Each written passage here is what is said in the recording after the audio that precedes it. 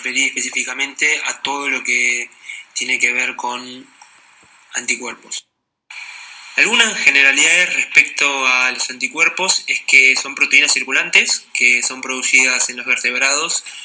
como respuesta a la exposición a diferentes tipos de antígenos de naturaleza muy variada, que pueden ser desde proteínas hasta polisacáridos, y constituyen uno de los principales mediadores de la respuesta inmune humoral. Y como veremos más adelante, la respuesta a estos diferentes tipos de antígenos va a ser diferente en base a su naturaleza. También forma, junto con el receptor de células T, una de las moléculas de reconocimiento específico del sistema inmunitario adaptativo. Tienen la característica de que son producidas únicamente por células del linaje B, más particularmente por las células plasmáticas productoras de anticuerpos, las cuales se ubican tanto en la médula ósea como en los diferentes órganos linfáticos secundarios, lo que nos habla es que los anticuerpos cumplen su función de defensa en general lejos del lugar en el cual son producidas, ya sea en el plasma sanguíneo o en otro tipo de fluidos como las secreciones mucosas, por ejemplo. Existen en distintas clases y subclases, como veremos también más adelante, que pueden desarrollar diferentes funciones y que de hecho se van desarrollando cada una de estas clases o subclases en base a el antígeno que estimuló su producción, de manera de que la respuesta sea la más adecuada. Y por otro lado, pueden también permanecer ya sea unidos a membrana o ser directamente secretados, como también veremos más adelante. Bueno, la estructura de los anticuerpos, muchas veces llamadas también anticuerpos como inmunoglobulinas, términos que voy a usar indistintamente a lo largo de la presentación, y también muchas veces se suele referir a estas moléculas como gamma-globulinas, haciendo referencia a características físico-químicas que tienen estas moléculas, pero que no suele ser el más utilizado. La estructura básica de los anticuerpos es la de una estructura nuclear simétrica, como vemos en la imagen, que está formada por un par de cadenas pesadas y un par de cadenas livianas que se mantienen unidas por distintas interacciones químicas. Y dentro de esta estructura se pueden también observar que la cadena polipeptídica adopta ciertos plegamientos tridimensionales en el espacio, que es lo que se conocen como dominios inmunoglobulinas, que veremos que tienen bastante importancia desde el punto de vista funcional. Y también otra diferenciación que se suele hacer respecto a la estructura de los anticuerpos es el de regiones variables y regiones constantes, ¿sí? Como ya sabemos, las diferentes células B productoras de anticuerpos o células plasmáticas productoras de anticuerpos en nuestro organismo producen anticuerpos, pero cada uno de esos anticuerpos que produce cada uno de esos clones tiene la capacidad de reconocer específicamente un único epitope antigénico, es decir, un único antígeno. Esta capacidad de detección específica se encuentra en lo que se conoce como regiones variables, que no es más ni menos que secuencias aminoácidas diferentes que le permiten unirse de manera diferente a distintos antígenos. A esto es lo que se suele referir como región variable, y que en el esquema se encuentran nombrados como BH o BL, dependiendo de si es de la cadena pesada o de la cadena liviana. Por otro lado, las regiones constantes de los anticuerpos suelen referirse a las secuencias o a las partes de las proteínas de anticuerpos que no tienen mucha variación entre las distintas moléculas de anticuerpo de los distintos clones de células B, y que se encargan fundamentalmente de lo que es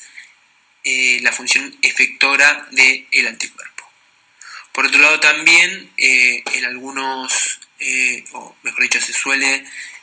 hacer referencia cuando hablamos de anticuerpos a la región FAB y la región FC.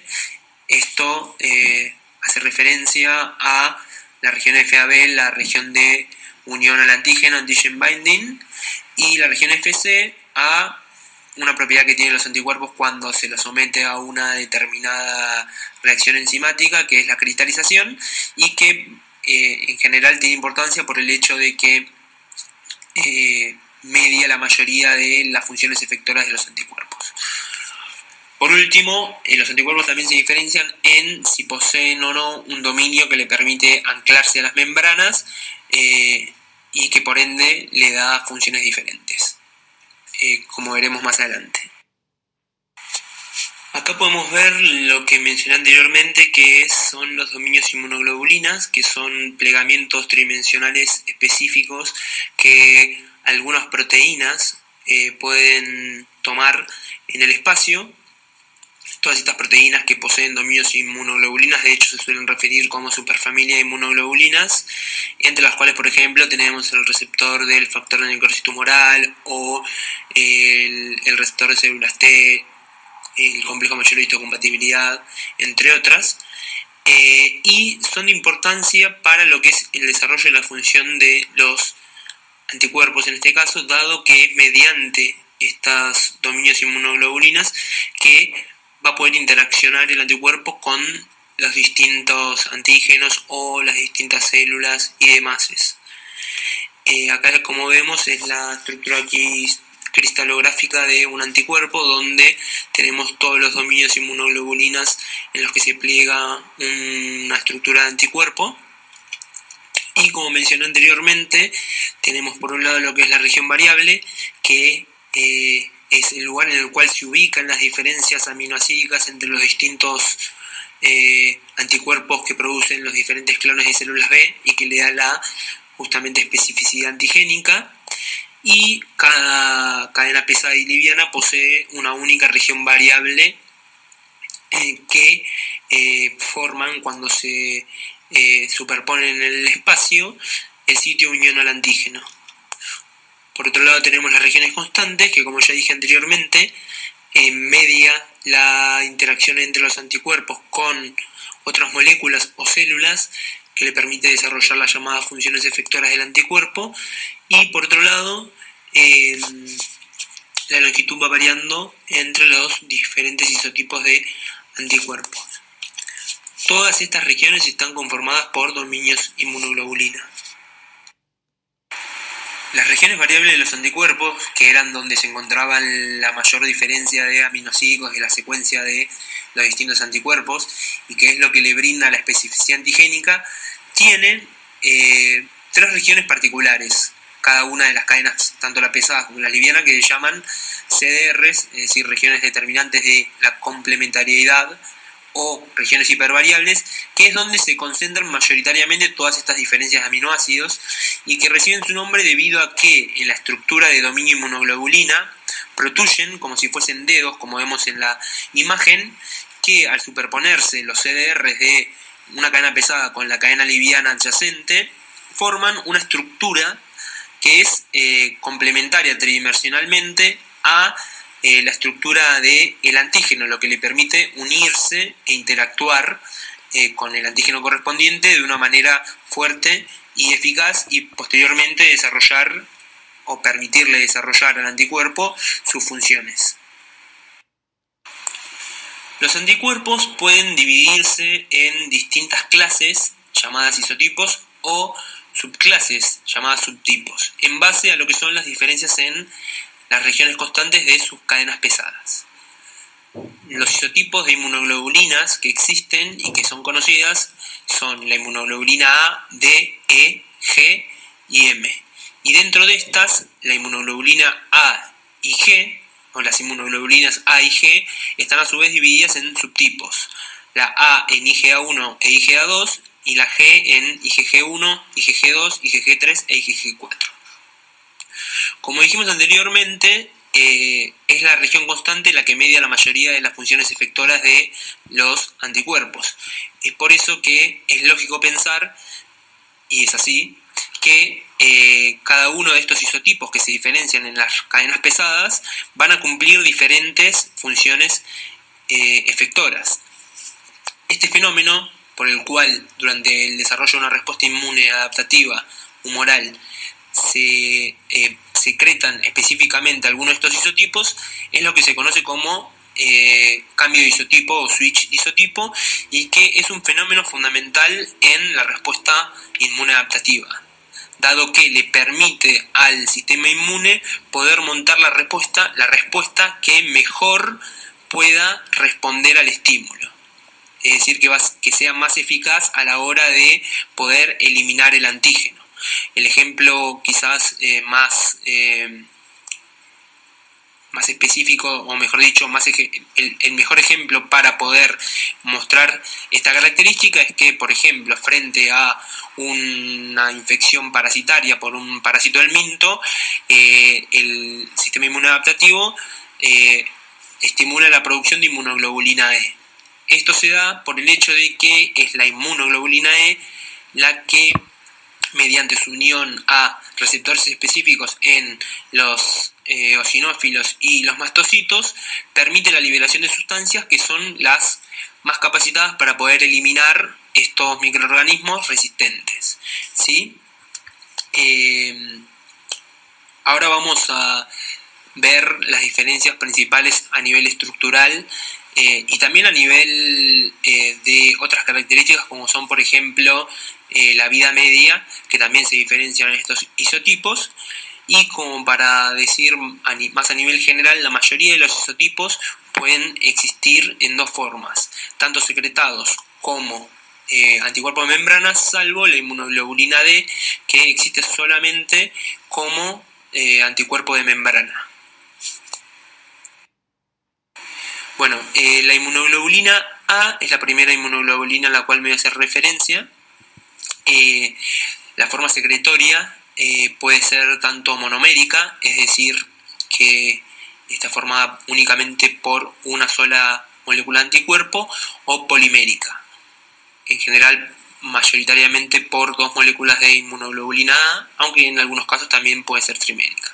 En la imagen podemos ver una estructura dimérica de inmunoglobulina A, la cual, además de las ya mencionadas cadenas pesadas y livianas, tiene otros dos componentes que son fundamentales. El péptido de unión corto, J, que es el que mantiene unida justamente a estas dos inmunoglobulinas y que también es fundamental para lo que es el transporte a través de los epitelios, que le permite cumplir sus funciones. Y por otro lado, el componente secretor, que particularmente en el caso de la inmunoglobulina A le da una cierta resistencia a lo que son las enzimas intestinales que podrían llegar a degradarlas. La cadena pesada que la compone es la cadena alfa, predomina fundamentalmente en lo que son las secreciones, donde ahí sí es la inmunoglobulina mayoritaria, no solamente en las secreciones intestinales, sino que también la podemos encontrar en lágrimas, en saliva, en leche y otros fluidos. Está, como dijimos anteriormente, formada por dos subtipos o subclases, la IgGA1 y la IgGA2, y la principal función que cumple es la de inmunidad de las mucosas.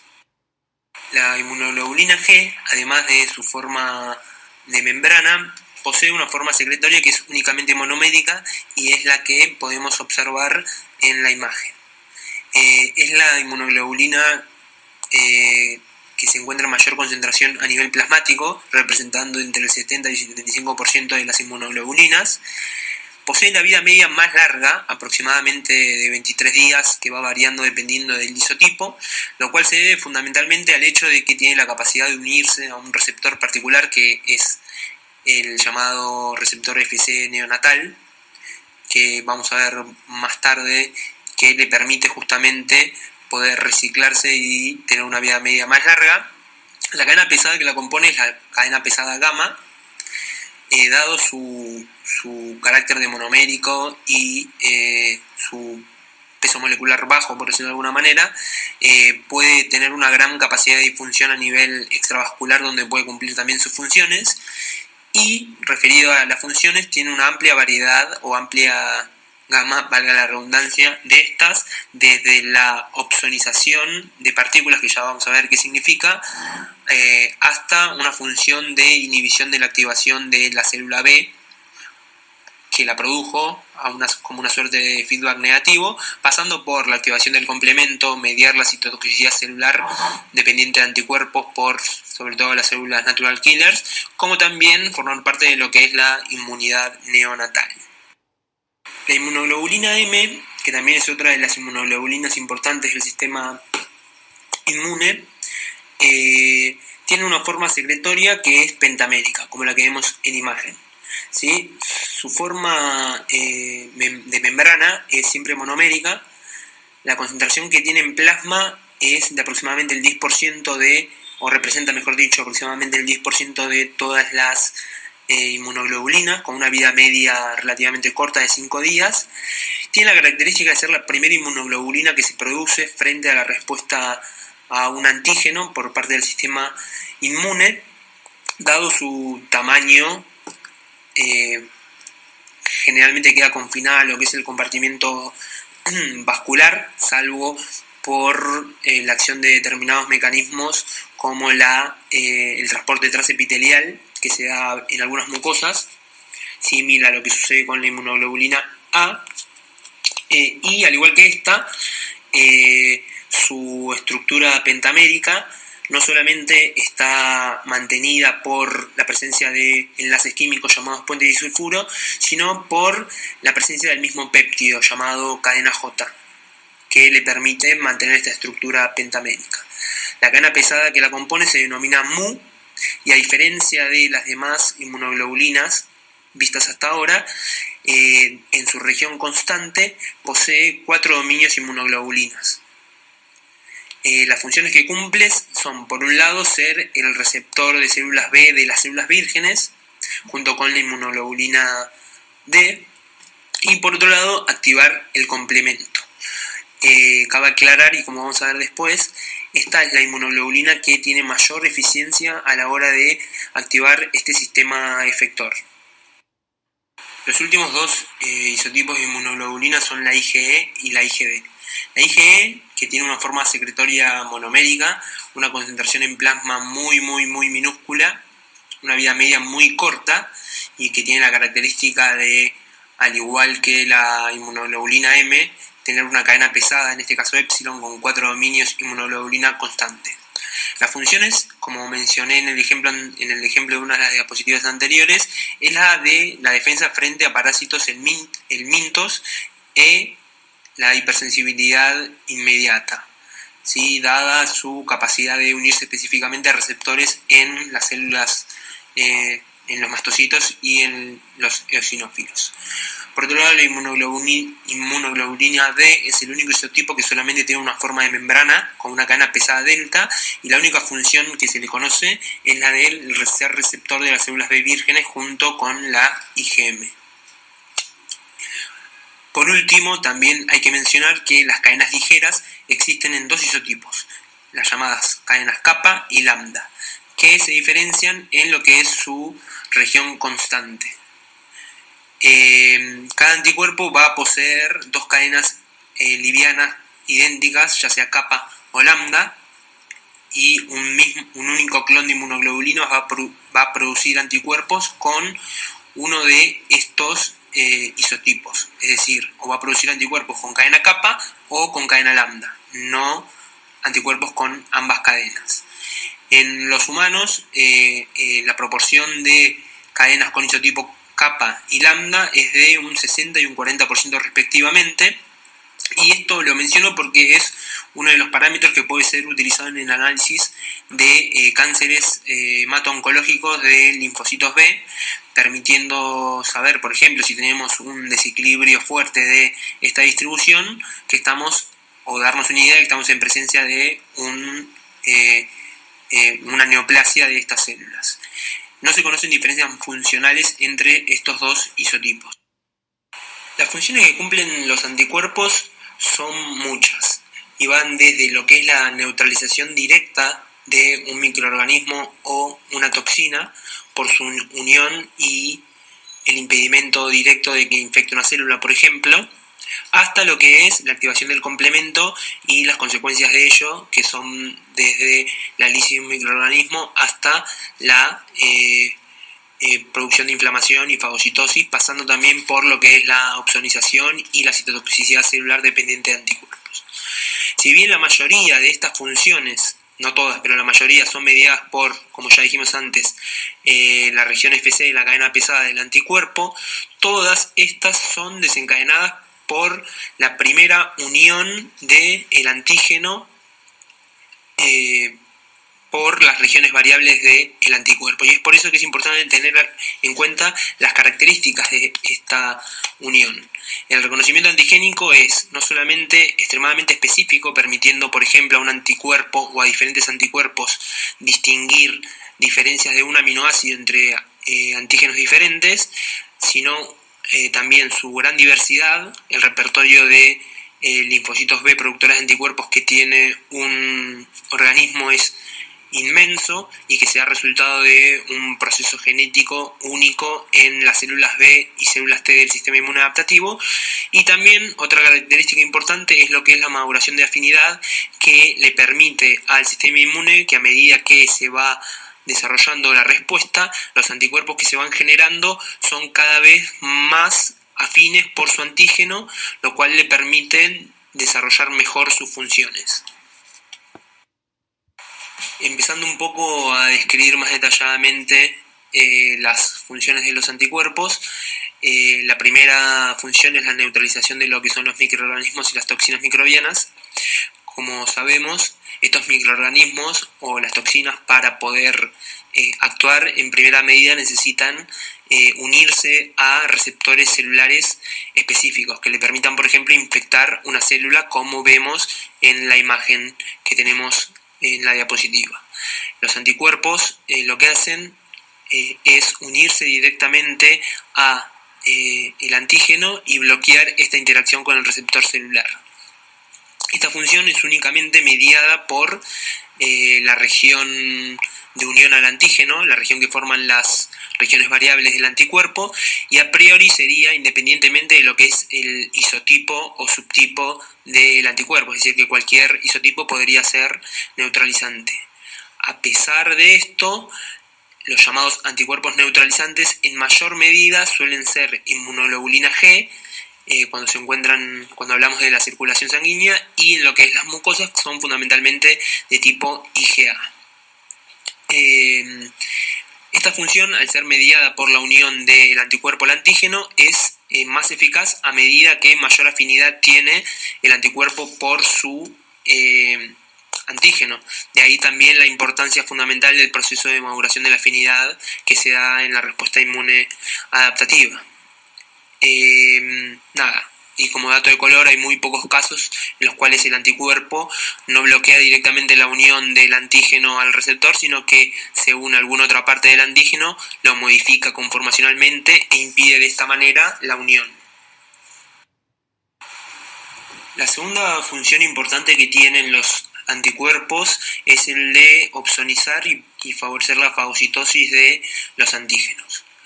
Un breve resumen de lo que es la fagocitosis es que es un proceso de ingestión de partículas grandes en vesículas, como vemos en la imagen, que una vez que sean unidas a receptores específicos en la membrana de los fagocitos, que son principalmente neutrófilos y macrófagos, son ingeridas en vesículas endocíticas que se van llamadas fagosoma, que una vez en el interior de la célula se van posteriormente a fusionar con el lisosoma, formando lo que se conoce como fagolisosoma, y en su interior se van a dar la destrucción de los antígenos por distintas enzimas proteolíticas, como también por distintas sustancias microbicidas como las especies reactivas del oxígeno, el óxido nítrico, etc. El primer paso para lo que es este proceso es la unión del antígeno microbiano a un receptor específico en la membrana de estos fagocitos. Estos receptores suelen ser los llamados receptores para PAMPs o patrones moleculares asociados a patógenos, y también los llamados receptores de alta afinidad para opsoninas, como por ejemplo las inmunoglobulinas o los fragmentos de las proteínas del complemento que vamos a ver más adelante. Si bien es verdad que los receptores de PAMPs permiten una fagocitosis de cierta cantidad de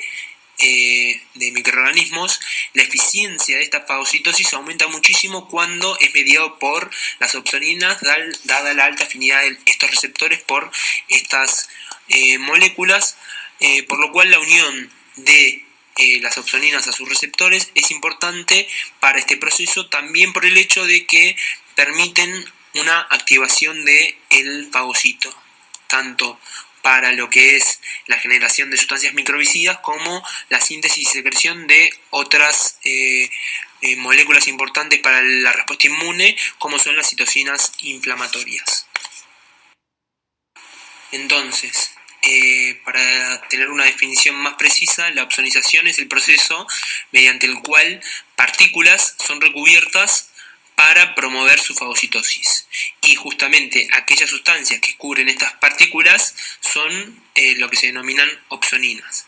Y en el sistema inmunitario, las opsoninas esenciales son los anticuerpos y las proteínas del complemento o fragmentos de proteína del complemento. Como podemos ver en la imagen, una vez que un microorganismo es opsonizado, permite su unión a un fagocito. Esta unión no solamente, o mejor dicho, esta unión va a desencadenar distintas señales activadoras en la célula que va a promover no solamente su fagocitosis, sino también su eliminación posterior. Para poder seguir o entender un poco mejor este proceso de opsonización, es importante tener en cuenta que esta función es mediada por receptores específicos, receptores de opsoninas. Uno de los principales tipos de receptores de opsoninas son los llamados receptores para el FC de los anticuerpos, ¿sí? Esa región de los anticuerpos que promovía sus funciones efectoras, como dije anteriormente. Algunas funciones de los receptores de los anticuerpos o características es que se une a las regiones constantes de las cadenas pesadas de las inmunoglobulinas. Además de promover la fagocitosis, regulan la actividad de los leucocitos e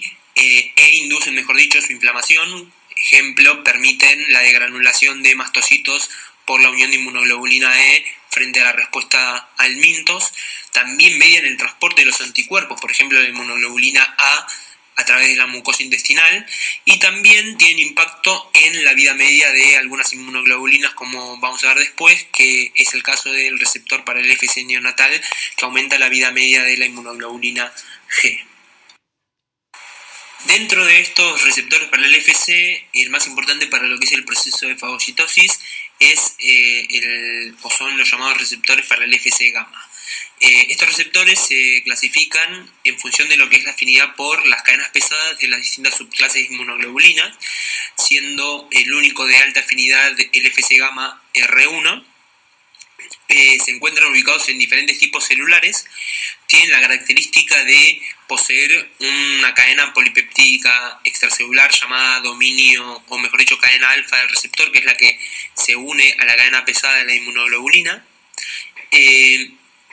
La mayoría son de tipo activador, es decir, que al unirse a la cadena pesada de la inmunoglobulina G estimulan la activación de las células, salvo el R2B, que es de tipo inhibitorio. Y una característica que tienen estos receptores es que solamente promueven la activación óptima de la célula cuando se unen a anticuerpos unidos al antígeno, lo que evita que se activen por sí solos frente a inmunoglobulinas circulantes sin unión al antígeno. Dentro de estos, el receptor para el FC gamma R1 o CD64 es el que se encuentra en los fagocitos y une principalmente o con mayor afinidad los subtipos IgG1 e IgG3, lo que hace a estos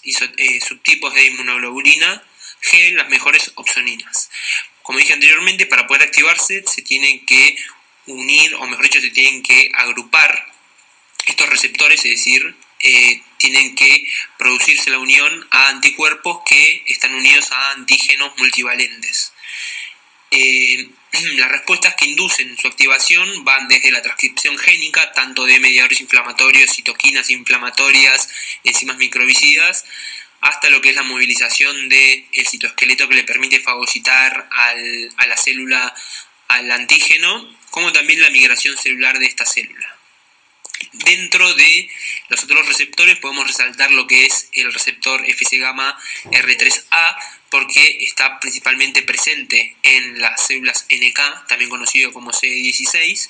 y que media lo que es la citotoxicidad celular dependiente de anticuerpos. Y por otro lado, el FC gamma R2B, que se encuentra principalmente en las células B y que cumple una especie de control de la respuesta inmunitaria fisiológica. Otro receptor importante para inmunoglobulinas es el llamado receptor para el FC neonatal que mencionamos varias veces en las diapos anteriores, que es específicamente un receptor para la cadena gamma, es decir, que une inmunoglobulina G. Es un receptor dependiente de pH, como vamos a ver en breve, y que tiene como una de sus funciones principales lo que es el transporte de la inmunoglobulina G materna a través de la placenta y a través del intestino del neonato. En los adultos también se encuentra en algunas células como las endoteliales y en las células de los macrófagos, y es por su presencia en estas células en el adulto que genera un efecto de aumento de la vida media o de la semivida de la inmunoglobulina G, principalmente para la IgG1 e IgG3, que básicamente lo que hace es, al unirse este receptor, por ejemplo, en las células endoteliales a las inmunoglobulinas circulantes, cuando la inmunoglobulina G es endocitada por las células para supuestamente ser degradadas, este receptor de FC neonatal en el pH ácido del endosoma es capaz de captar la inmunoglobulina G y evitar su degradación, permitiendo que al unirse de nuevo con la membrana y entrar en contacto con el pH de la circulación, que es más neutro o básico, lo libera y evitó de esta manera la degradación de la inmunoglobulina, aumentando así su vida media. Otro receptor importante de anticuerpos, que no es específicamente un receptor para FC, es el receptor de poli-IG,